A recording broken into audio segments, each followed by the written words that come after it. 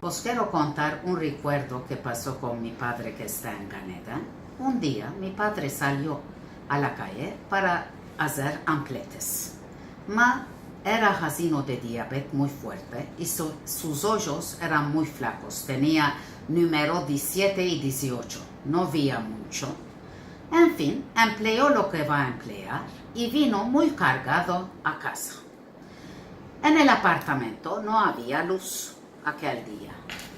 Sonó la puerta, no hay ningunos, no hay voz. Mi madre había salido y empezó a buscar la llave para abrir la puerta. Buscó y a la fin ya la topó.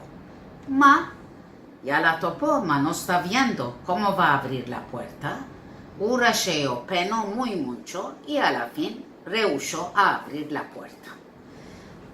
Y después, cuando vinimos a casa con mi madre a la noche, nos contó lo que le pasó entre el día. Y nos dijo, de cuclillas me sentí, al buraco la encaché. Esto era la llave.